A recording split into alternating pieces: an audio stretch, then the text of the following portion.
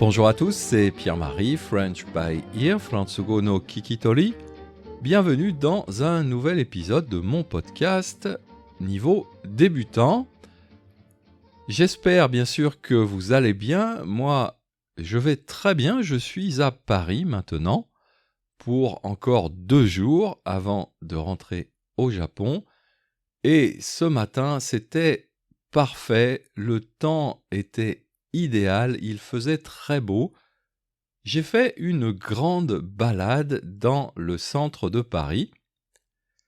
Et mon frère m'avait conseillé d'aller voir Notre-Dame de Paris, bien sûr, la cathédrale Notre-Dame de Paris. Alors, aujourd'hui, j'avais envie de vous donner des nouvelles de Notre-Dame de Paris. Quelle est la situation ? Eh bien, pour utiliser un mot qu'on utilise normalement pour les êtres humains, pour les hommes, je vais dire que Notre-Dame de Paris est en convalescence. La convalescence, qu'est-ce que c'est ? Eh bien, pour un homme, une femme, c'est cette période de temps entre la maladie et le retour à la bonne santé. C'est cette période de temps où l'on guérit, où notre corps guérit. Eh bien, Notre-Dame de Paris est exactement en convalescence puisque, vous le savez sûrement, en 2019, en avril 2019, il y a eu un gros incendie qui a détruit une grande partie de la cathédrale. Et donc, en ce moment, la cathédrale est en convalescence, donc, mais on peut dire surtout qu'elle est en chantier. Il y a des travaux de réparation, des travaux de construction. Et c'est vrai qu'au début, quand mon frère m'a dit « Va voir Notre-Dame », j'étais un peu « Ouais, bof, pourquoi ? J'ai pas vraiment envie d'aller voir un chantier. » Mais comme en général il me donne de bons conseils, j'y suis allé. Et je dois dire que c'était vraiment une expérience magnifique et même émouvante. Bien sûr, donc, c'est un gros chantier. Tout autour de la cathédrale, il y a des échafaudages. Des échafaudages, ce sont ces structures métalliques qu'on met contre les murs, contre un bâtiment, quand on travaille sur ce bâtiment. Et donc, ça fait un peu comme si Notre-Dame portait une robe métallique, comme ça, un peu transparente. Donc, l'impression visuelle est déjà assez intéressante, je vais dire.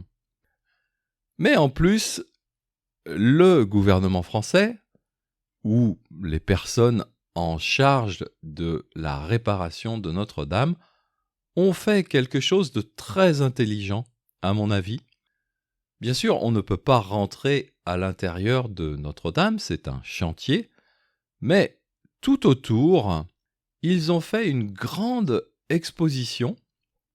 Sur des murs, il y a beaucoup d'informations, d'abord sur les réparations, mais il y a aussi beaucoup de grandes photos où on voit toutes les personnes qui travaillent à la rénovation, à la réparation de Notre-Dame de Paris.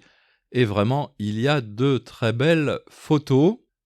C'est donc aussi pour la France une façon de montrer son savoir-faire dans, à mon avis, 2 catégories de métiers. D'abord, les métiers de la construction, mais aussi dans les métiers artistiques, puisque il faut rénover, il faut remettre en état, il faut réparer des œuvres d'art, des sculptures, des peintures, des vitraux, etc.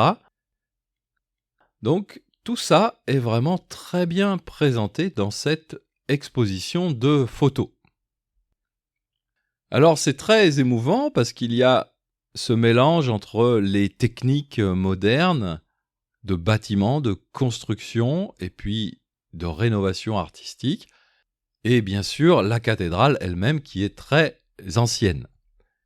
C'est aussi émouvant parce que j'étais moi à Paris le jour de l'incendie. D'ailleurs, je me rappelle très bien puisque c'est le jour où j'ai reçu mon diplôme de professeur de français à l'Alliance française de Paris. Et bien sûr, l'incendie de Notre-Dame, c'était un spectacle vraiment émouvant, mais émouvant dans le mauvais sens. C'était complètement irréel, on aurait dit un rêve, mais un mauvais rêve, c'est-à-dire un cauchemar. Suite à cet incendie, beaucoup de personnes dans le monde entier ont envoyé de l'argent pour réparer la cathédrale, et donc ça aussi, c'est très émouvant. Et de voir aujourd'hui, donc on est presque 5 ans après l'incendie, de voir que les réparations sont presque finies. Normalement, il est prévu que la cathédrale ouvre de nouveau au public en décembre 2024. Donc ça aussi, vraiment, c'est très émouvant. Alors, ce matin, j'ai pris pas mal de photos de Notre-Dame et de l'exposition que vous pouvez retrouver sur mon compte Instagram. Et aussi, il y a un site du gouvernement français qui est un site internet spécialement sur la reconstruction de Notre-Dame, la réparation de la cathédrale. Je vous mettrai le lien sur mon site internet.